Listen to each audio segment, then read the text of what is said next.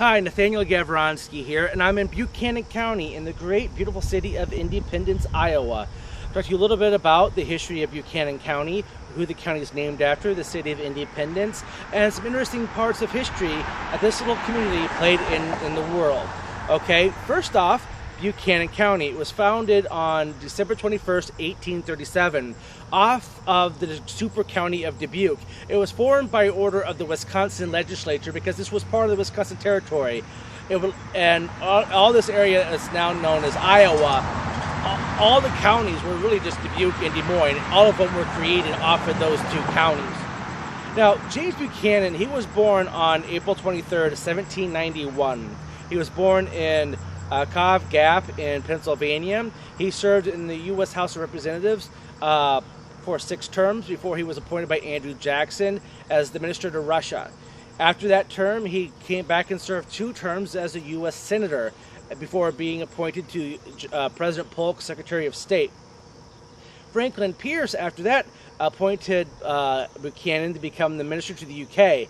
And just a few years later, Buchanan was nominated as the Democratic nominee for the presidency, which he won, becoming the 15th president of the United States.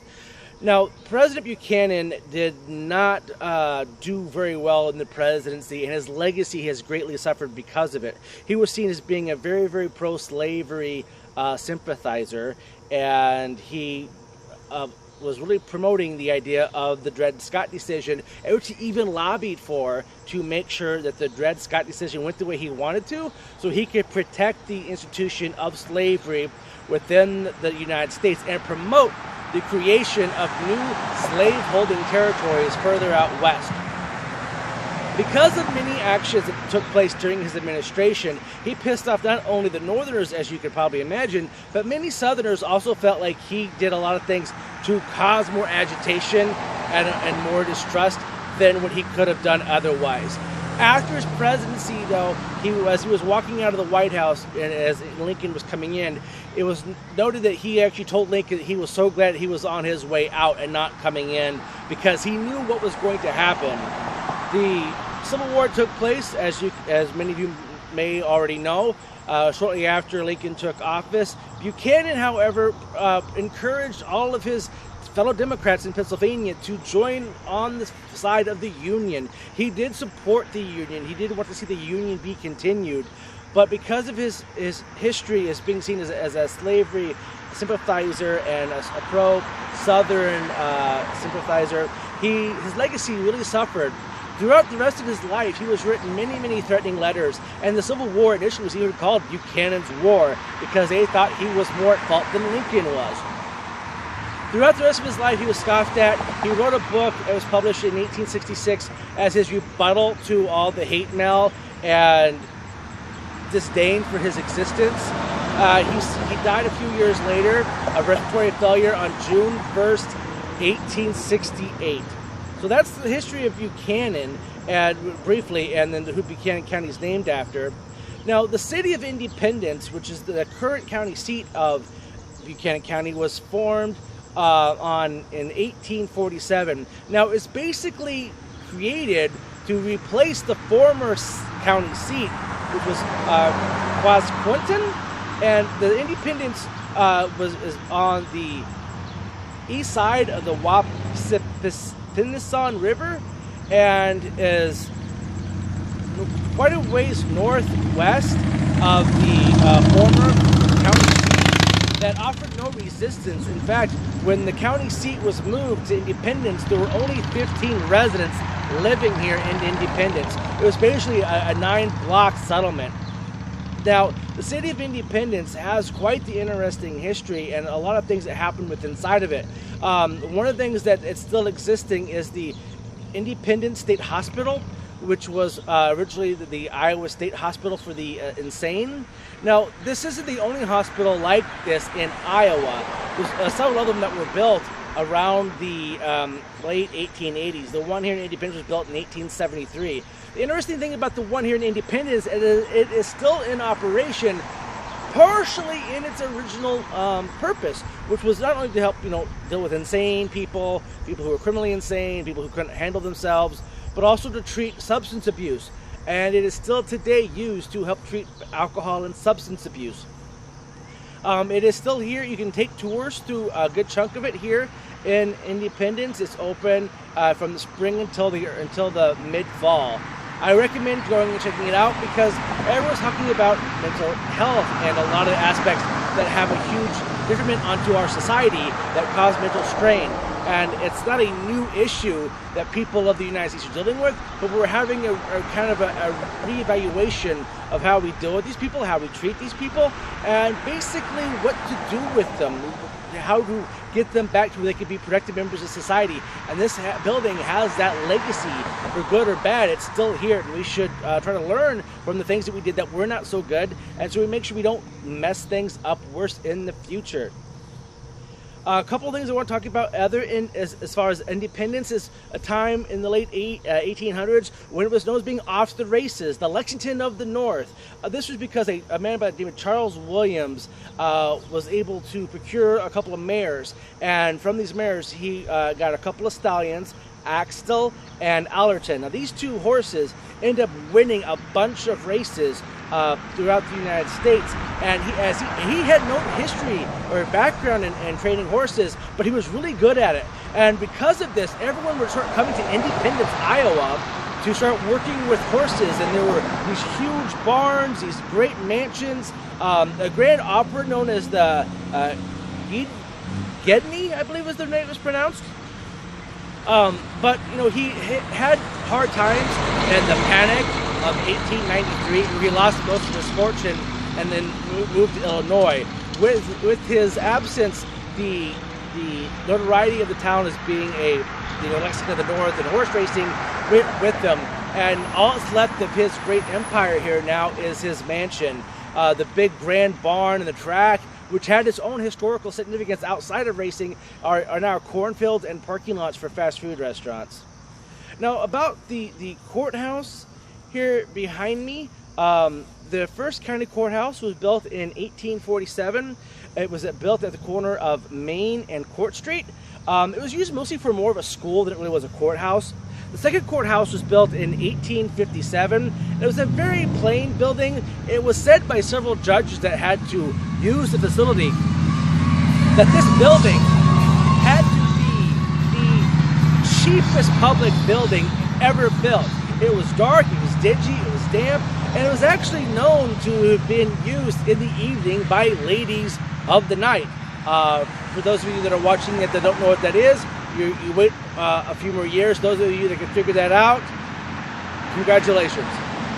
This was also a place that traveling entertainers would come into, and they actually had people from out of the country, from Switzerland, come here and do different type of circus acts at that courthouse. And the interesting thing about this courthouse was the March 17th, 1864 robbery. This was the largest robbery in Iowa within this time period. The robbery happened right towards the end of the Civil War, and there were over $26,000 worth of public and private property that was stolen. Not to mention the safe in the Treasury's office was completely smashed. County records, mortgages, marriage certificate, all of it was destroyed and scattered to the wind. There was a $3,000 reward offered for the suspects, who they did find two and they did convict two. However, most people believe that these two individuals were probably not guilty, and they were both pardoned very shortly after the convictions. One of the most interesting parts about this is that one of them, Christopher Rohrbacher, ended up moving to Kansas, and he was able to successfully run for a state legislature there, and he held that position for quite some time. Now, that building kind of ran its course, and in 1881, the third building was built. It was built just over to the side of where this current building is, and it ran its course as nothing really of interest happened. Nothing that would have any real significance to history. The building was kind of did its thing. But the fourth building, which is the one built behind me, they started building it in 1938, through May 20th, 1940s, which was dedicated, and it is done in the Art Deco style. The Art Deco style is how the Empire State Building is basically built under, and the North Dakota Capitol Building is kind of built in that Art Deco. The total cost of this building was $143,000, which a little over half of it was funded by the federal government. The rest of it was funded by local municipal bonds that the people of the counties and other surrounding areas could buy to finance the building. One of the other things I want to talk about is, about again world history and the significance. There was a man named William Cook, who was born in Independence in 1881. Now, Mr. Cook ended up moving to Paris, France, where he met another American expatriate by the name of Gertrude Stein. Now, Stein is a really well-known American-born French author, and she wrote extensively about a lot of different aspects of early 20th century, and she was instrumental in supplying the French troops during World War I. In fact, Cook taught Stein how to drive so she could do her job better in helping the French defeat and resist against the Imperial German Army in World War I. A really interesting thing about this is that her and Cook kind of split up. They went other places and did other things. But when Stein came to the United States, she was supposed to be doing this big book tour and these big speaking deals. One of them which was supposed to be in Iowa City. And she wanted, even though there was no place to stop here in Independence, she really wanted to at least fly over Buchanan County so she could see Cook's birthplace from at least the sky. Unfortunately, though, she Midwest had a big winter storm, and her entire Iowa tour was canceled. So she was never able to visit the place of Cook's birth, which she greatly wanted to have a part of. Cook himself came back to Independence in the mid-1920s, around 1925, to settle the estate from his father, who passed away, who was a lawyer here in Independence. Part of his inheritance he used to go back to France, and he actually built what is known to be one of the very first Cubist houses. This place is known as Villa Cook. If you wonder, what is Cubist? What does it mean? Well, think Picasso. Think one of Picasso's paintings, but you live in it. That's basically what Villa Cook is in Paris, and it has a really interesting Iowa history to that place, and the fact that the meeting of an Iowan by a Californian living in Paris gave her such admiration for the state of Iowa as a whole. I believe that's a legacy that everyone from Iowa can share in. People from Iowa who travel around and abroad have ability to share the great things about this state to everyone they encounter, and that makes me have a little more pride in this state, because I travel around this country and globally quite extensively, and it's amazing how much interaction and how much tie and connection you can have with this great state. I was in New York City. I'm in New York City often, actually, and I ran across a woman who lives in Australia, and she was visiting New York with her husband, and she told me, well, she's actually an American, and she was just living in Australia. I go, hey, really, where are you from? She says, oh, you wouldn't know where it is. It's a small little place. Okay, really, where? Iowa. I'm like, oh, really, what county? She's actually from Potawatomi County, and her and I had quite a bit of conversation, and who would have known in the middle of 34th Street that two people from Iowa would meet and discuss Iowa history and Iowa ties. But this very common from around the world, the ties that Iowa has played in world history, world art, war efforts, as far as horse racing. There's a lot that Iowa has done to contribute to not only the history of the state, but to this nation and to this planet. And a good part of what these videos are for, and this my full Grassley tour, is to show pride in these little towns, these little communities that most people think, well, I just want to get out of here. There's so much here that, there's a Frank Lloyd Wright house just southeast here near the original county seat of Casquinton that, it's open to the public. It's owned by the state. Frank Lloyd Wright is known for fame in Chicago, and one of Stalin's daughters owning one of his houses in Wisconsin. There's one here in Iowa. There's a lot of really interesting things that about Iowa, that things that people have traveled through, have come a part of, and have shared about this great state to everywhere else they've traveled. And I hope everyone else who's watching these videos feel a sense of pride that they get to participate in that great journey and that great,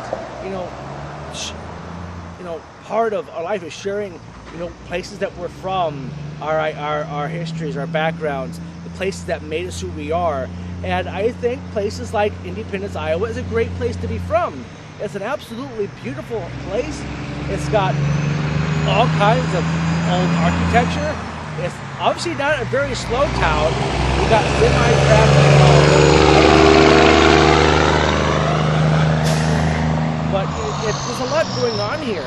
Everywhere I was at, I saw for hire places that were wanting to hire people to work here. So I believe there's a good place if you need a job. You can start off here in Independence. You can get your financial independence in Independence. There's so much greatness about this state that I can never ever get it out in each single video, so I get it out in all of them. And the last thing I'm going to leave you with is, as well as every other county courthouse in this state, they have a great dedication to all the war veterans who served in the armed forces and during all of the conflicts in which this part of the area had people living in it. Iowa has people from the Revolutionary War buried here. We have veterans from every war America's ever been in buried here. And as I always try to tell in every single video, you don't see these in other states, not as greatly as this, not so prominently displayed on county courthouses. Iowa, where everyone else in the nation, the average of the population serving in the military is about 1%. In Iowa, it's nearly 8% of our population serves in the U.S. Armed Forces. There's a reason why we should have pride in our armed forces, because we are them. Iowa is the #1 recruiting state for the FBI, the Secret Service, the CIA, most of Homeland Security, all of them. Iowa is known to being a state that has people who have great integrity and great honor. And that's something that we can all share, and that's all of our legacies. And I'm very proud to say that this state is my home. And I hope that all of you, after watching this video and my other videos, will see the great, community that we have here, being from Iowa. So this is Nathaniel Gavronski from Independence, Iowa. Stay healthy, stay wealthy, stay wise, and as always, stay classy, Iowa.